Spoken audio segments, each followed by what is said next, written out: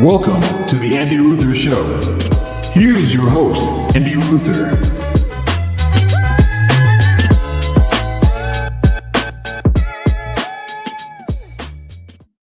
Welcome to the Andy Ruther Show. I'm your host, Andy Ruther, coming to you on this Tuesday afternoon from lovely Cincinnati, Ohio. What's good, guys? What's good today? What we got going on this June 11th? I had to look at the date. Like that's a good sign, I think, for me. When I have to look at the date, I think that shows I have a good life. When I don't know the date, or I'm just clueless. I don't know, but had to look at the date already inching towards that halfway spot of June, man. It flies. I tell you what, it really flies, especially when you start having kids. But I'm rocking it today. I got my sidekick over here on my left, my ride or die, my numero uno, my number one stunner. What? Who's going to get that reference? That's my boy Roscoe. He's kicking it with me today. He's taking a nap, rocking it in his bed. I love when he's in here. He usually is. I love when he supports me. I don't think he's been on an Andy Ruther Show podcast though. I don't know if he's been down here because normally I've been recording at nights, and he rocks it upstairs with Brittany. So happy to have my co-pilot here. Love this guy. Love this guy so much. He's been amazing. I'll tell you what. I really kind of got the trifecta. I'm very happy. I found the girl, the dog, and now I have the kid. So I'd say I hit it out of the park. I'm very lucky. So happy to have my little guy here. And, we didn't get the best news last week. We kind of saw this coming. He's got a lot of health problems. So it's been a little tough week here at the house. So he has kidney disease, which we already knew. So he's in, I think, stage 2 of kidney disease, and he's also anemic. So he has very red, low blood cell count. So we're just trying to make his life as good and as pleasant as possible at this point. So yeah, it kind of sucks, man. They just got to live longer, I just wish dogs lived longer. Just sucks. He's 13. He turned 13 on May 10th. Like, why can't they live 20 to 25 years, You just wish they would live longer. Not the 10 to 15 years, which I think is more typical, but he's doing good. He's his normal active self. That's what sucks. We don't know if he has cancer. They're not sure. So it's just one of those things. You don't want to do all these tests and lab work. And at this point of his life, you just want him to live a happy life. You don't want him, we could run a bone marrow test, but even the vet, she was like, yeah, I wouldn't recommend it. We just want him to live a happy life. We don't know how long this will be. So I don't know, man. He's been so good for me, though. He really has. I really understand legit why dogs can be therapy dogs for people. Not the fake stuff that people use a lot of times because that gets a bad rap, but like legit. I understand after everything I went through with losing my parents in 2020 and then Brittany and Roscoe come into my life, just how much that helped me, especially when she was at work when we met in 2021 and I'd be lonely and dealing with the grief of losing my parents, living at my parents' house, trying to put all those things together. I always had Roscoe. Dude was always there for me. He's always been there for me. And that's why dogs are so great.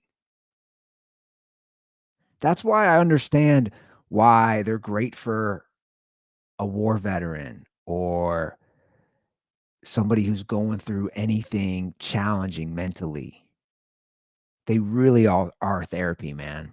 And they know that they're smart. They are such smart animals. When I had rough days or I was really sad, he was always there to comfort me. And I've seen him do the exact same thing with Brittany. He knows when she's sick or upset. He knows to cuddle and crawl in bed with her.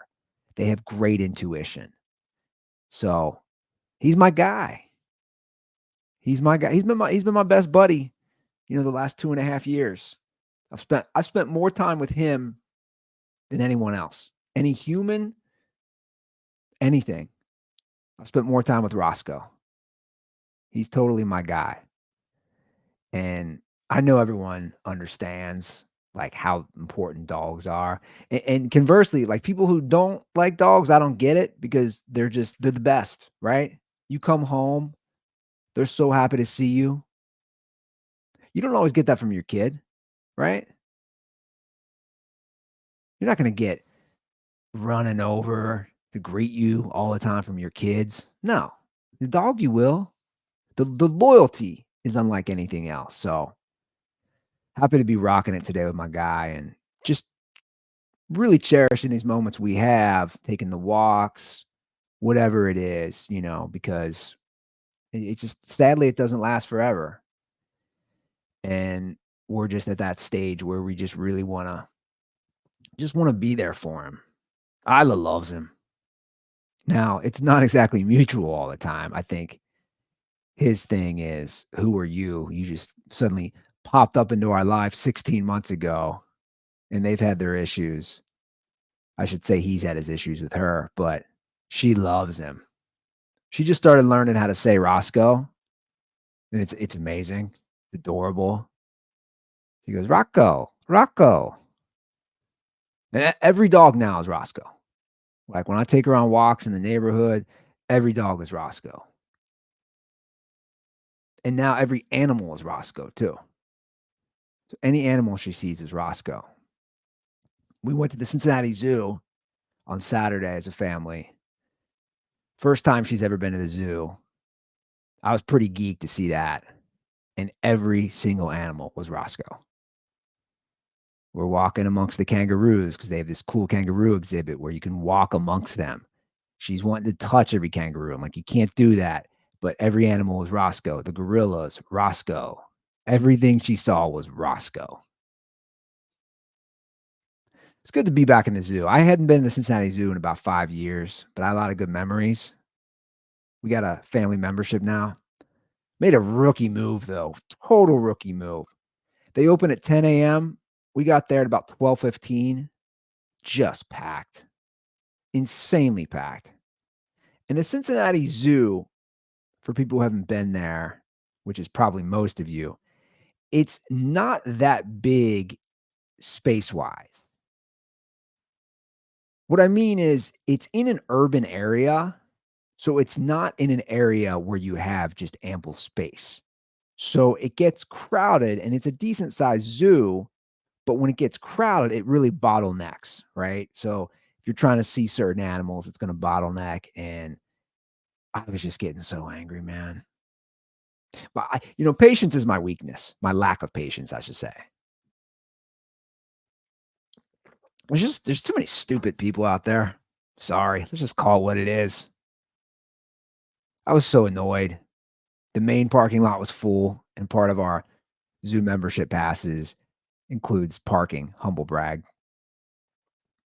But yeah, it's a great deal for like, I think we get, because we don't have to pay for her because she's under 3. So for like $160, we get a full zoo membership for an entire year, which includes parking every time and 1 free adult guest pass every single time, which is a great deal for a full 12 months.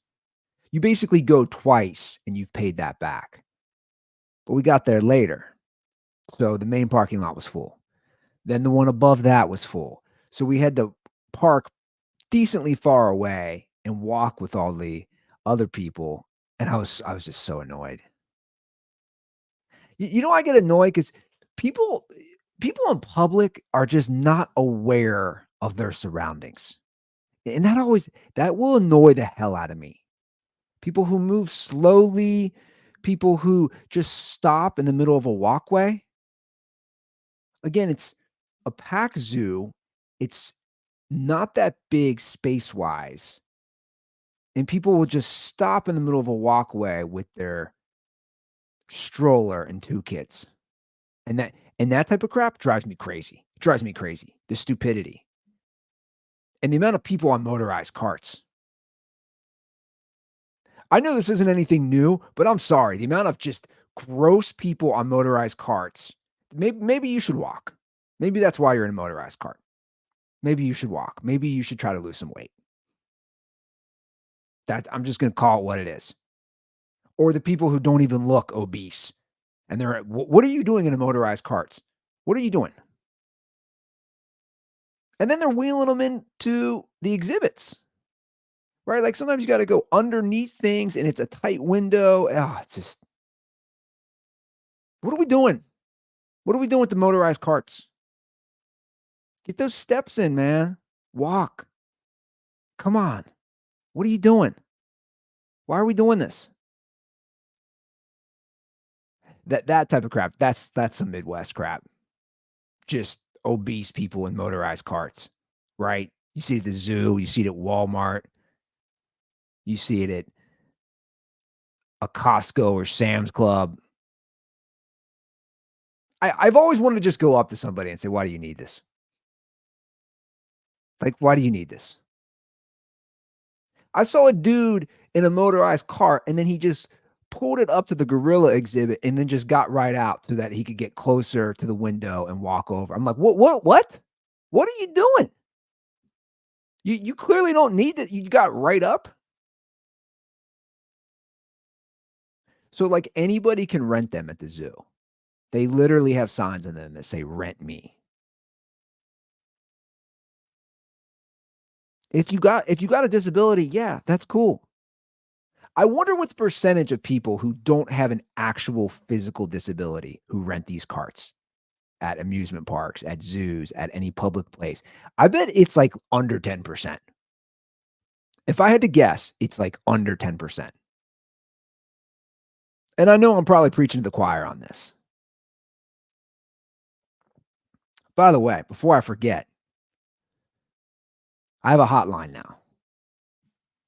Stepping it up, guys. I got a hotline. Let me pull up this number so I don't forget it. So if you want to call the Andy Ruther Show, you got any questions, you want to add something to a discussion I've had, anything, it all goes. 859-935-0078. That's the Andy Ruther Show hotline. You want to talk to me about dating, parenting, pop culture stuff, it doesn't really matter. Anything goes, guys. So questions, comments, concerns, 859-935-0078. And I also have an email. If you don't feel comfortable leaving a call, that's cool. Call or email me, theandyruther@gmail.com. It's that simple. Just theandyruther@gmail.com. Now, I'm obviously not a doctor. I'm not a therapist. I'm not anything really. But if you want some advice, maybe, I don't know, shoot me an email. Give me a ring. And while I'm on this, thanks again for all the podcast reviews. We're up to like 56 or something. I said I was going to put it till June 10th to give away $100. $100 to somebody for 100 reviews. I'm going to extend that through the end of the month because I'd really like to give somebody $100. So keep dropping those reviews. If you're listening right now, it takes 2 seconds. It takes 2 seconds to drop a review on Spotify. Just give me as many stars as you want, preferably 5. And same for Apple. And then Apple, you can actually leave a review and drop your social media handle. That way I will know who to qualify for the $100. I'm going to Venmo somebody once we get 100 reviews. So anyway, that's a little in-house stuff. But I want to get back to the zoo real quick. So we went and it was Isla's first time. And like I said, it was pretty funny because every animal was Roscoe. And it was adorable. And the truth is, I think she enjoyed the quesadilla at the Mexican restaurant after the zoo better. And she probably enjoyed all the snacks at the zoo that we brought and people watching. She loves that stuff. Like, the animals were cool, but she got a bunch of snacks from mom and dad. She got the people watch. She loves that stuff. And then afterwards, we stopped at a Mexican restaurant on the way back. Shout out to Banditos, nice little Mexican restaurant on Columbia Parkway. And the homegirl was crushing it, man. Girl likes to eat. Makes me proud. Really makes me proud. She likes to eat. But we did go to the gorilla exhibit, as I mentioned earlier. So, of course, I'm instantly thinking about Harambe. Rest in peace.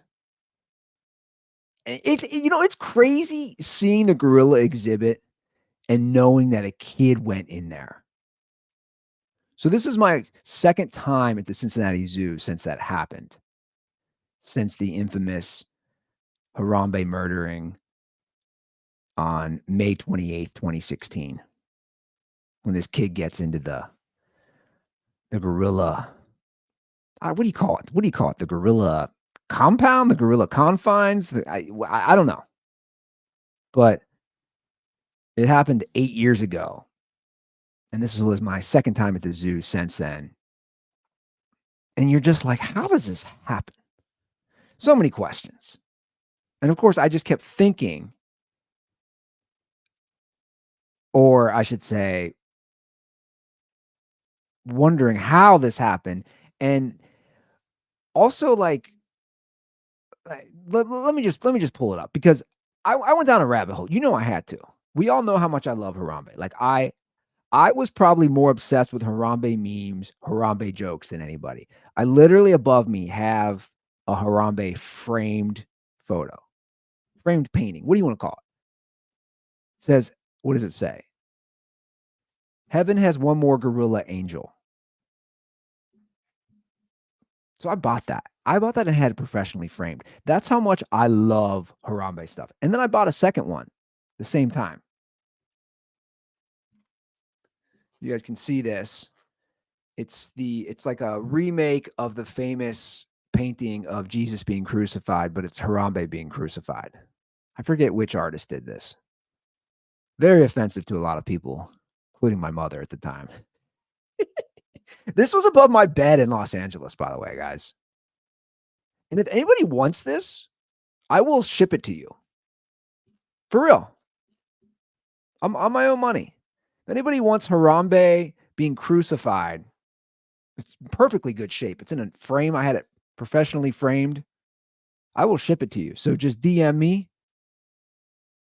Call the hotline. Again, 859-935-0078, or just email me at theandyruthershow@gmail.com. I will send that to you if you want a Harambe getting crucified painting. So anyway, I kept thinking about Harambe when I was there. And now that I have a child, I'm like, how the hell did a kid get in there? So of course I got home and just hopped on Wikipedia. And we all know about the memes and how funny that stuff was and the whole thing. Never forget, RIP Harambe, dicks out for Harambe. I have a Harambe personalized Cincinnati Reds jersey that a Dirty Sports listener sent me. There's a whole thing. I bought a gorilla mask. I went all in. And I haven't forgotten, unlike most people. But I had to see exactly what happened again. So I was Googling some stuff, and then I found this Inside Edition, which is like classic on how it all went down. And then the backlash the mother received, the mother whose kid got in the gorilla pit, is pretty funny. So I'm just going to play this. The mother father of the 4-year-old boy who climbed into the gorilla enclosure is under siege today. Happy birthday to you. This is the mom, Michelle Gregg, cradling her son at his first birthday party. Mommy's right here! You can hear her voice on the disturbing video. This is nuts. Like, if you guys haven't watched this in a while, the fact that there is,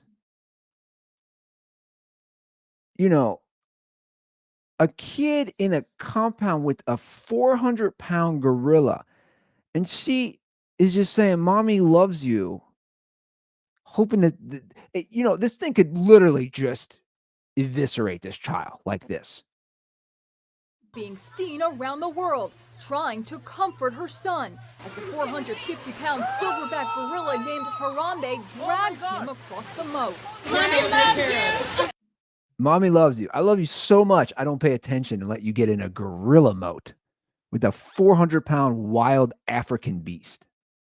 Do you love him? I don't think so. Are you sure about that? Are you sure about that? The gorilla, Harambe just dragging this kid is insane. A child has fallen into the gorilla cage. In this new photo, Let's go back. I love how casual this guy.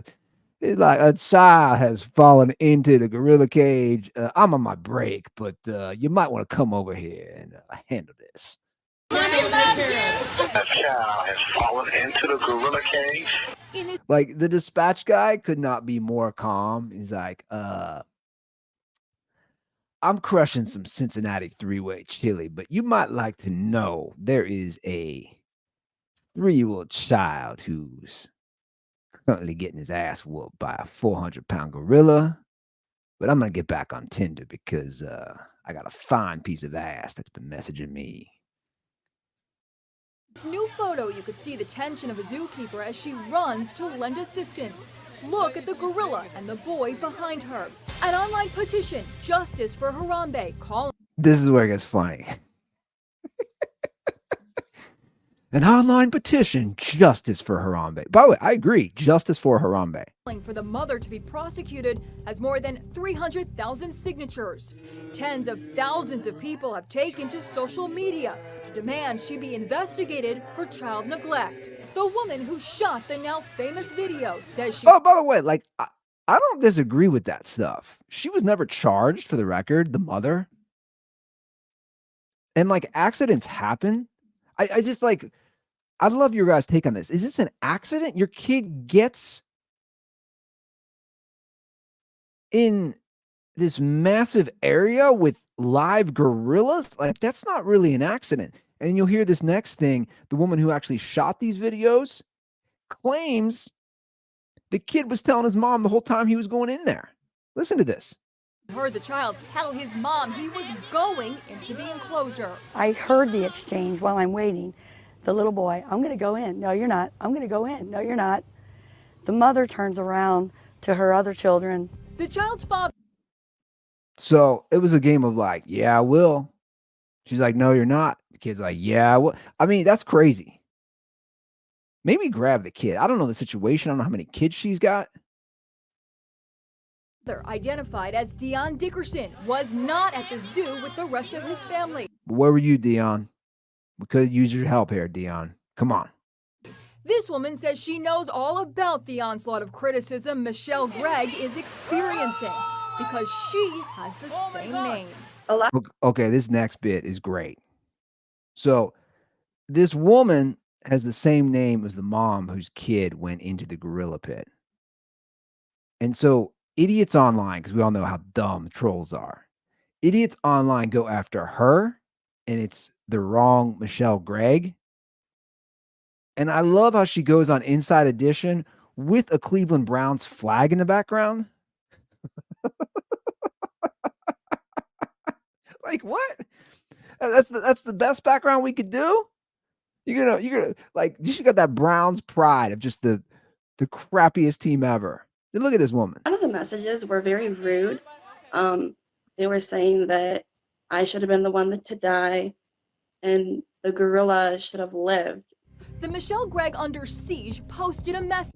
So she hops on. She's she's getting the shrapnel, right? She's getting the friendly fire. I don't know what you want to call it, of just all the idiot trolls who are going after her. Wrong, Michelle Gregg. But she's like, hey, I'm going on national TV. Time to rep my Cleveland Browns. And then the real Michelle Gregg, I love this, has to respond on Facebook. Defending herself.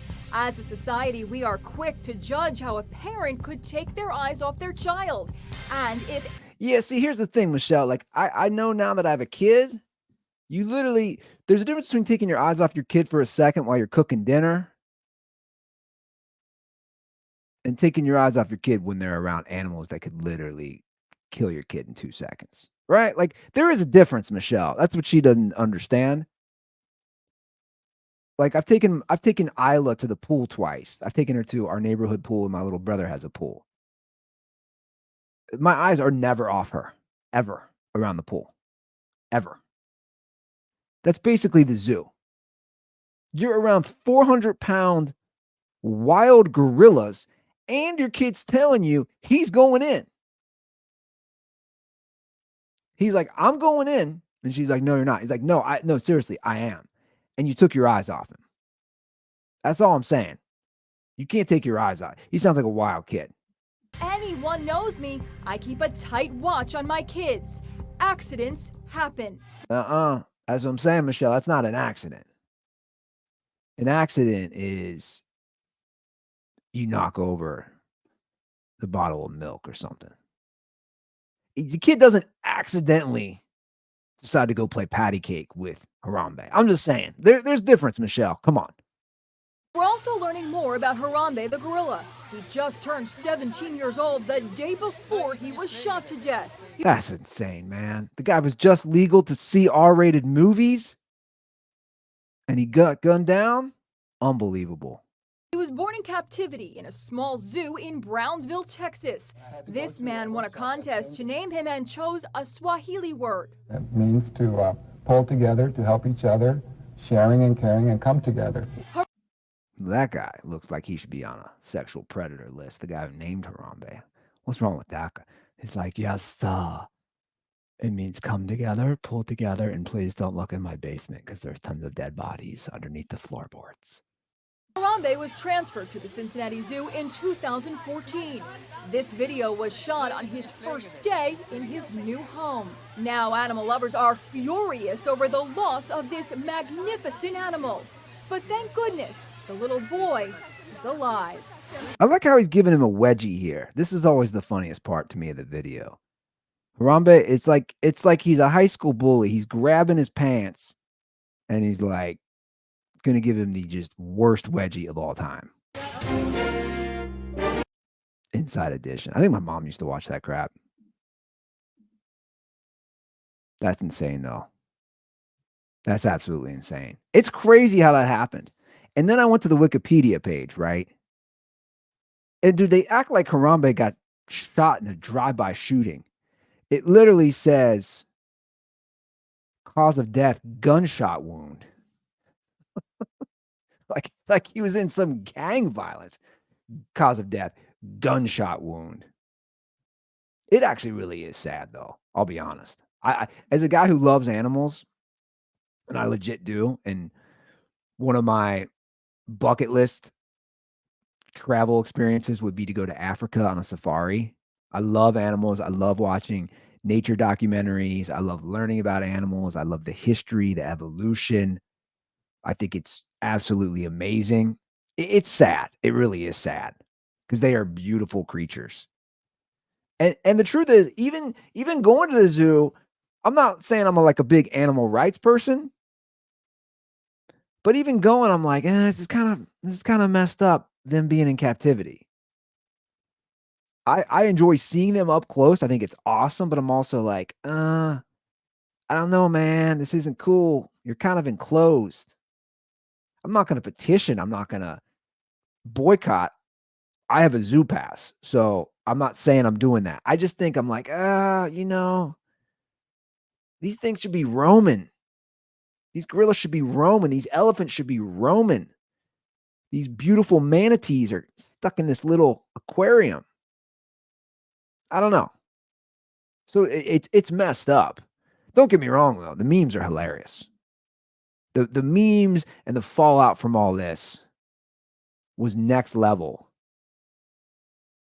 And I do love what did I read here in Wikipedia? How mad the Cincinnati Zoo was. Oh yeah, Cincinnati Zoo director Thane Maynard said, this is a quote from him when it all went down. "We are not amused by the memes, petitions, and signs about Harambe. Our zoo family is still healing, and the constant mention of Harambe makes moving forward difficult for us. We are honoring Harambe by redoubling our gorilla conservation efforts and encouraging others to join us." And this was funny. I didn't know about this. In August of that year, so about 3 months later, the Cincinnati Zoo deleted its Twitter account after being targeted by trolls mentioning Harambe. The zoo resumed its account 2 months later. Savage. Dude, they got trolled so hard by idiots like me. Although I don't think I ever trolled the zoo directly. They literally deleted their Twitter account. They should have trolled that woman, Michelle. I wonder what Michelle Gregg's up to. I want to know, where are they now? Where's the Harambe boy 8 years later? What's he doing now? Oh, for the record, you know what he had to do to get in there? It's insane. I don't know how accurate this is. This is all on Wikipedia. But listen to what it said. It said, the boy climbed a 3-foot tall fence, crawled through 4 feet of bushes, and then fell 15 feet into the moat of shallow water that you see in the video. So there was 3 gorillas in there, and they tried to get them all to return inside, and 2 of them did. But Harambe was curious. He's 440 pounds. He went down to investigate because the kid was splashing. And then all the screaming made it worse. And then he ended up shot. Man. Insane. Absolutely insane. Now, every time I go to the zoo, I'm going to think of Harambe. We have a zoo membership. Every time I go, I'm going to think of Harambe. Rest in peace. But if anybody wants that amazing Harambe artwork, holla at your boy.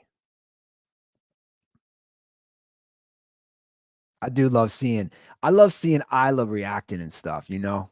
It's cool. It's at a cool age, you know? 16 months. I never thought it would be this cool. Everything's new. It's pretty awesome. And I try to savor it because this only happens once in their life, you know? It happens so quickly. Everything happens so quickly. So when we found out Brittany was pregnant, the truth is I wanted a boy. I think that's natural. I think that's natural for men to want to continue the lineage. It's kind of, speaking of gorillas and silverbacks, it's that animalistic, that primal instinct to want to continue, you know, the bloodline, so to speak. But I realized quickly I couldn't be happier that I have a girl. I'm actually happier that I have a girl. I just think having a little girl changes you for the better as a guy. And from here on out, if we're fortunate to have more kids, I don't really care. It'd be nice to have both genders. It'd be nice to have a boy. It'd be nice to have a girl. But I'm not putting too much into it. I think after having her, it's been really sweet because there's just something about little girls. There's just something about them, man. And I kind of always felt that way about my nieces. So I have 7 nephews and nieces, and 4 are girls and 3 are boys. And it's just something about girls. They're so cute. And boys are cute too, but it's just something about girls. And I really love being a quote unquote girl dad. It's been fun. It's been amazing. And to just see the growth. You know, she was in the NICU for for 13 days. So now she's an eating machine. And one of the things and one of the reasons she was in the NICU, she was having trouble eating. And we really needed to get her weight up before she left. And there was other factors. That's why she was rushed from the room a few hours after she was born.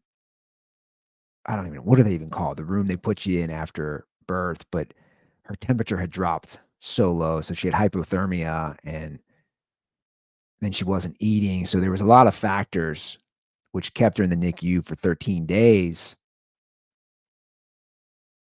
And it's so amazing for me as a dad to look back and be like, wow, our goal was to get you to eat 40 milliliters. What was it? 40, 60 mil. This was it. She had to eat 70. What was it? Let's see if I can remember this correctly. The goal was 60 milliliters per feeding. And the goal was her to get up to 75 to 80% of the 60 milliliters every time she ate, if that makes sense. So let's see here. 80% of 70 would be 56. So she had to roughly average like 56 milliliters per feeding for so many days before she could leave the NICU. So eating was obviously an early issue, but now the girl just crushes food. Now the girl has meltdowns over food if she doesn't get to eat, or if you tell her no, or you're all done. So it's been so awesome as a dad to see the transformation in 16 months. It's been amazing. And I think about that a lot and how great it was and where we came from that first night, because it was tough. That first night was really, really tough because she was whisked away to the NICU and we didn't know what was going to happen. Yeah, we didn't know. Brittany had just given birth and it was a C-section, an unexpected C-section. We had planned a natural birth, but stubborn little Isla, which makes sense because that's how she is now. She can be very stubborn. She just wasn't coming out. So last minute, for Brittany's health, they decided to go forward with the C-section. So Brittany had been in labor about 2 days. And I'm doing nothing. The guys, when women are giving birth, like guys have the easiest job ever. I always joke with one of my buddies, like, man, it's really tough being on a cot, isn't it? Like that's our difficulty, trying to sleep on a cot. That's all we have to do. All I did was sleep on a cot and then run to like the local Wendy's. Meanwhile, they're just giving her all these drugs, trying to get Isla to come out of her. And I'm just like, Dad, you want to get a Frosty? Which, fun fact, that was actually the first meal we ate after Isla was born. I ran up because Brittany could finally eat some real food. And there was a Wendy's close by the hospital. So I got us some Wendy's nugs, some burgers, some Frosties. That was our first post Isla birth meal with some Wendy's. But yeah, they whisked her away and it was pretty scary because Brittany couldn't leave the room. Right? She had just had a C-section. So she's stuck in bed and she can't be with her own daughter. And then I went with the nurse practitioner and we went to the NICU where she had to be, put in, what is it, incubator? What are those things called? Is that what it's called? I don't know. This is terrifying though, man. You don't know. And the nurse practitioner was an idiot. She was an idiot. She didn't know what was wrong with her. Her temperature had dropped significantly. And she said all the wrong things to us. It could be a serious brain injury. It could be, she said a lot of things where she ended up getting reprimanded, deservingly so, because she was saying like almost the worst case scenario with Isla. And I have had some really bad experiences dealing with losing my parents in the hospital. So my mind went to some dark places. And I sat by her. There was a little, like, recliner chair, and talk about a tough night. Brittany's all alone. She can't see her own daughter. She just had days of labor, then a C-section, and I don't want to leave our daughter alone. I just couldn't do it. So I'm sitting in a chair next to her, not sleeping. Maybe I finally fell asleep at like 5:30 and just hoping she's going to be all right. And you see her in that, and she's all hooked up, right? She's got the IV, she's being fed through a feeding tube. All this just, it's not easy. But my point of sharing all this is that I see her now as the most energetic, rambunctious, inquisitive, stubborn, all the things that I love about her, and how quickly she's evolved and how far she's come since those initial days and initial hours on this earth. It's pretty amazing. And you don't understand any of this until you become a parent. And a lot of things are corny, or you think they're cliche, and then you become a parent and you just see how beautiful everything is. And that's the way to describe it. And I think about this old Dave Chappelle bit to kind of bring some comedy into it. I think about this bit that Dave had from, what was it? His 2004 special. It's a pretty funny bit. It's a great special. How quickly kids grow up. What was his special? I'm going to Google this. His 2004 Dave Chappelle stand-up. What was it? For What It's Worth. There it is. At the Fillmore in San Francisco. So this is Dave's closing joke for that special. I highly recommend people to watch it. I believe it's on Showtime. So not many people have that. But For What It's Worth, Dave Chappelle, this is his closing joke, closing bit. It's a great bit about just seeing the growth of his son. And it really hits home for me.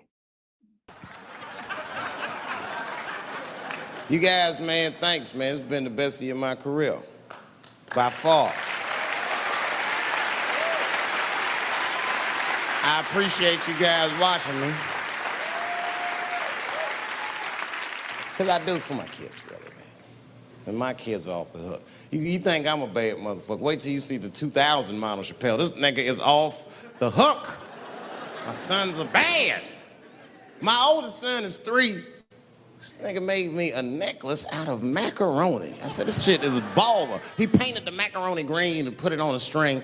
He tied it on my neck and he told me he was proud of me. And I got choked up.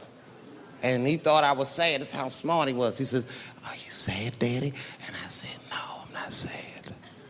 You're too young to understand this, son, but this is fucking crazy. You used to live in my balls, man.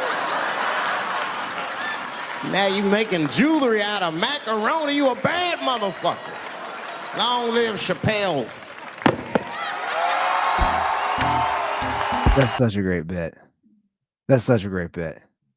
I get it, man. That's what I'm saying. I literally look at her and I'm like, I think about that bit. I'm like, you literally used to be in my balls, which is taking it next level, which is hilarious for Dave Chappelle to do that. But then I think, like, you used to be in Britney's belly, right? Like, and then from there to you were in the NICU. We're just trying to keep you alive. To, oh my God, you come home with us 13 days later. You learn how to roll over. You learn how to crawl. You learn how to walk. You learn how to start speaking. You can eat on your own. Like, it's insane. And if you really break it down, there's no period in your life. There will be no period. I always tell this to people. There will be no period of growth and maturation, physically and intellectually, probably than the first 2 years of a human being's life. There will be no growth. You go from being completely helpless to being able to feed yourself, to being able to walk, to being able to speak in 24 months. If you think about that, it's absolutely bananas. It's profound. It's amazing. It's truly remarkable to think of that growth. And I do. And I look at her and I have these moments. It's almost like an out of body experience for me at times. And whoa, this is insane, man. He just walked over and asked me for a banana. And then I think of Chappelle's bit. I'm like, you literally used to be in my balls. It's crazy. And it's beautiful and it's wonderful. And I'm sure you guys can tell in my voice and in my face if you're watching this. It's amazing and I'm happy and I couldn't be happier, especially coming from some places of darkness that I had in my life. And then you have a kid and you're like, holy shit. It's great. And as much as she's going to love the zoo or going to the pool or any other thing she experiences, I probably love it even more. And Brittany loves it even more because you get to see that joy in your child's face. And it's awesome, man. It's so cool. And it's worth it for all the frustration because parenting can suck too. And you get angry and you get impatient and you get frustrated and you get tired and you get worn out. All that is all worth it. It's the equivalent of like, I don't know. It's not on the same level, but I guess a good analogy would be if you just busted your ass and you would never run a marathon ever. And you trained and you started from nothing, absolutely nothing.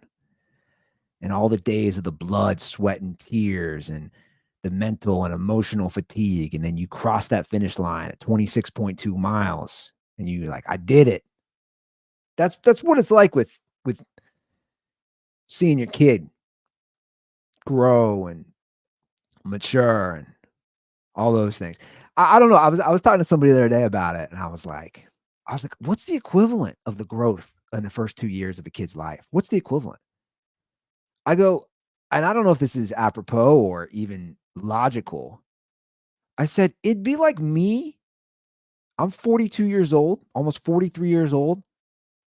The last time I played football was in high school. It'd be like me playing in the NFL in the next year.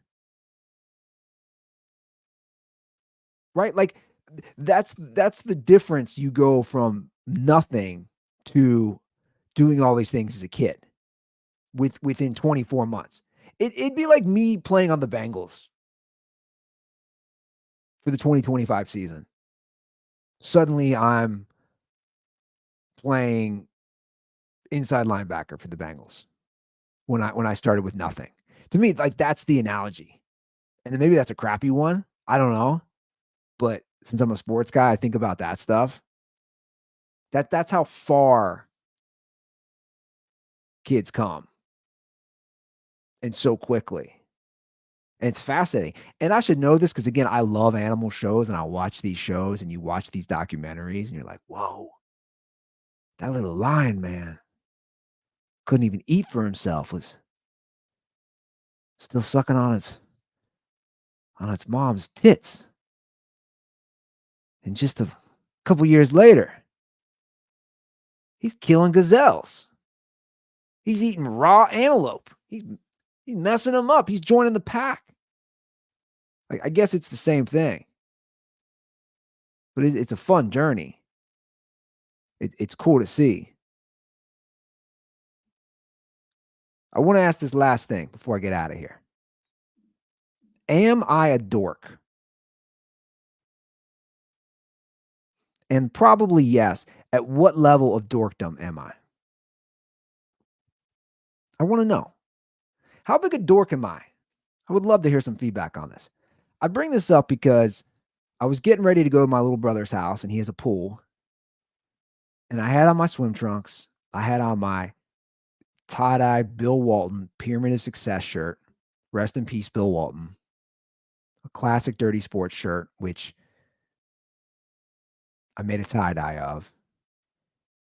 And Brittany's lying in bed as I'm getting ready, and we're getting Isla ready because just Isla and I were going to my brother's. And she's like, God, you're such a dork. I was like, what? She's like, you're such a dork. Change your shirt. What do you mean change my shirt? I'm going to my brother. She goes, you are dressed so dorky. The shirt doesn't match your swim trunks, and you need a new pair of swim trunks. How long have you had those swim trunks? I said, I've had them for 4 years. You need a new pair. Okay. Put on a white shirt, Andy. That's what she kept saying. Put on a white shirt. It'll look better. I'm going to my brother's. I'm not going to prom. I'm not going to the Met Gala. I'm not pulling up in a stretch limo at the Academy Awards. Why am I trying to look good? What are you talking about? And then she kept leaning into how big of a dork I am. And she says it a lot. She's always telling me how big of a dork I am, which means she's probably into dorks. You're settling down with me. You chose me as your guy. And I know I have levels of dorkdom. But what level? What degree of dork? Because that's a scale, right? That's a spectrum. Right? You have like a Star Wars dork, which I'm part that too.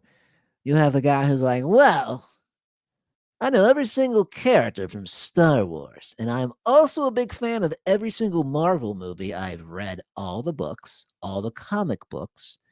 I've also played Magic the Gathering. That's a level of dorkdom. Then you have just like your science dorks. Then you have sports dorks, which I'm in that area too. People who love stats and facts. So what level of dork am I though? Because she likes to go hard on my outfits, how big of a dork I am. And I would counter that with there's definitely dorkiness to my outfits, but also I don't like spending money on clothes because it's pointless to me. So you can mock my swim trunks that I bought at Target 4 years ago. I don't think I need a new pair. They fit perfectly fine.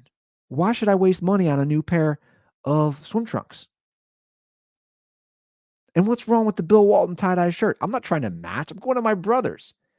And the funniest part was my brother was wearing a American flag tank top with his very similar looking swim trunks. And then his wife's calling him a dork and saying the same thing. And it's like, wait, I don't know what you women want. This is why you women spend so much damn money at the stores. You try not to look dorky. Maybe if you just wanted to look dorky, you wouldn't be wasting so much money on clothes. Just saying. I don't know. I want to hear from you guys. Please. I would love a call on my level of dorkiness.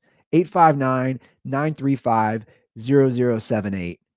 Or shoot me an email at theandyruther@gmail.com.